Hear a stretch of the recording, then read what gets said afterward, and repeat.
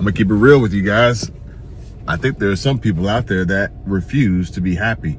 Just because somebody is in office that you do not like, that you do not agree with, doesn't absolve you from the obligation to do your job, which is working across the aisle when necessary to get at least some things done on behalf of your constituency.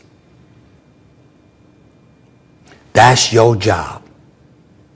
And to just be going after the president because you don't like him and you want to call him every reprehensible name under the sun, to decry his leadership and that of his administration.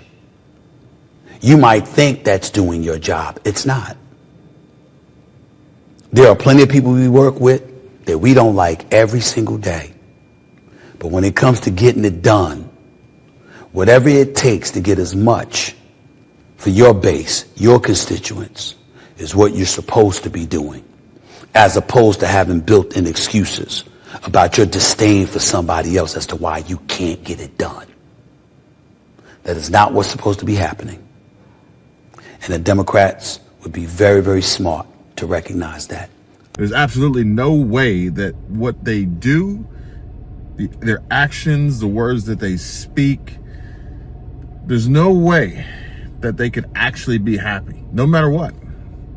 And so the thing is this: anybody that did their research voted the right way. The people that had the information, they voted the right way. These are facts. The more educated voters and the voters that went to the legacy media, frankly, they voted the right way. It's the ones that were getting the fake news or the lies. They were the ones that were voting the wrong way. There's I mean, even if they say it or they tell themselves, they're probably lying to you or worse themselves. But let's be real and honest here. When Jasmine Crockett says the right way, that doesn't necessarily mean correct or what's best for this country, for us all. It means the right way based on their plan and their objective and their agenda.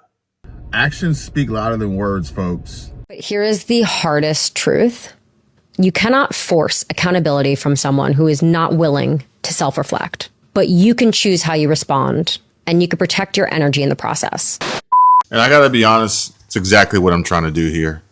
I find that these conversations based on these actions of some of these extremely woke and fucking retarded Democrats serve no purpose, provide zero value, yet here I am day in, day out creating these videos. For what reason?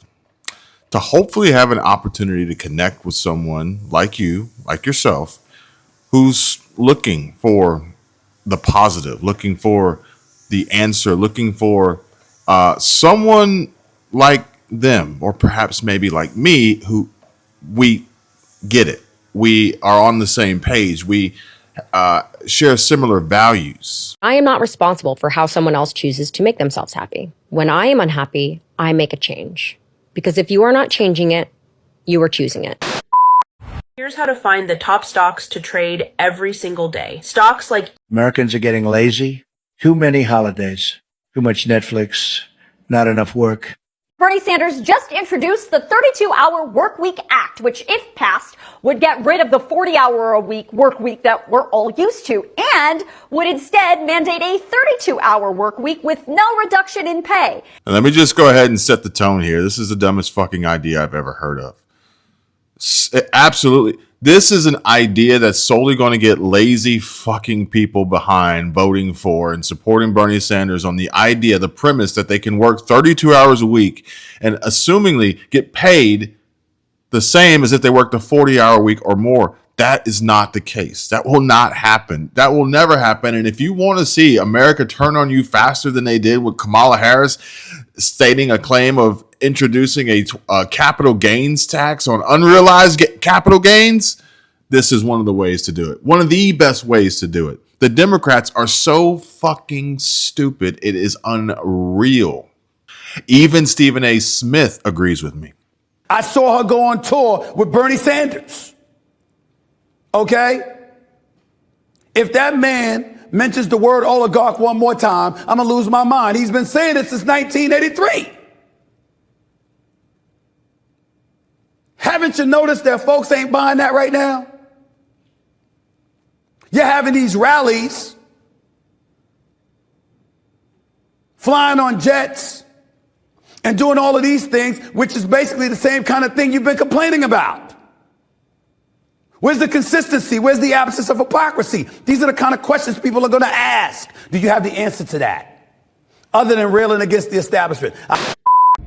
And if actually harming others, doing harm to others, and negativity and destruction is what brings you joy and happiness, then you're a very evil and deranged person, and you should seek help.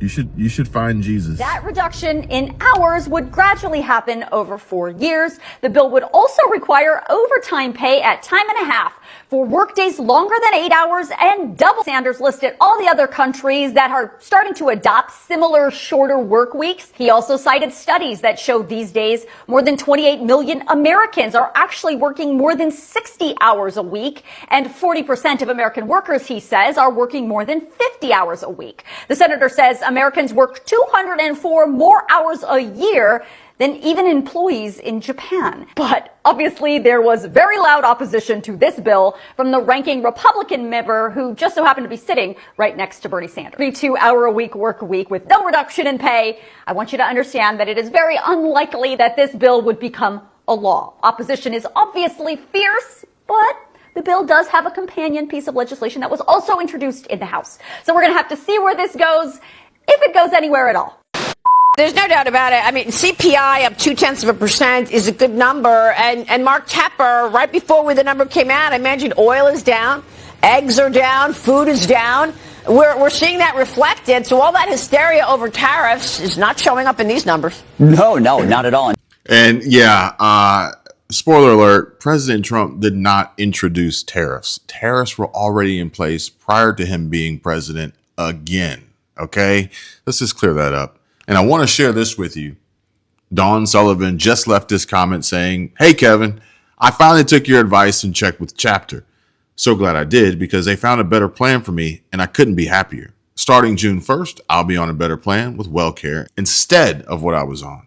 So grateful. Also, love your videos and, of course, loving Squirrel Tribe big time. Congrats on your awesome new home. Love y'all big time." Well, Dawn, thank you for that. Really do appreciate it. We love you too. And that's why we want to share this information with you, because it's so simple. It's very simple. And it's very simple to call our partner Chapter for your free Medicare help, free Medicare consultation at 270-467-2426, and tell them Kevin sent you. And while you have them on the phone, ask them about your Medicare plan. Ask them if it's the best plan for you, and ask them if there are ways in which you can save money. Or better yet, ask Chapter how to redeem your over-the-counter credits with the Chapter OTC app. The easiest way to redeem your Medicare Advantage OTC benefit, and order from home delivered to your door, no out-of-pocket costs. Again, it's simple and it's free. Call our partner Chapter 270-467-2426 or visit them by clicking the link down below in the description or in the pinned comment, askchapter.org/Kevin. That's askchapter.org/KEVIN, or just pick up the phone and dial 270-467-2426.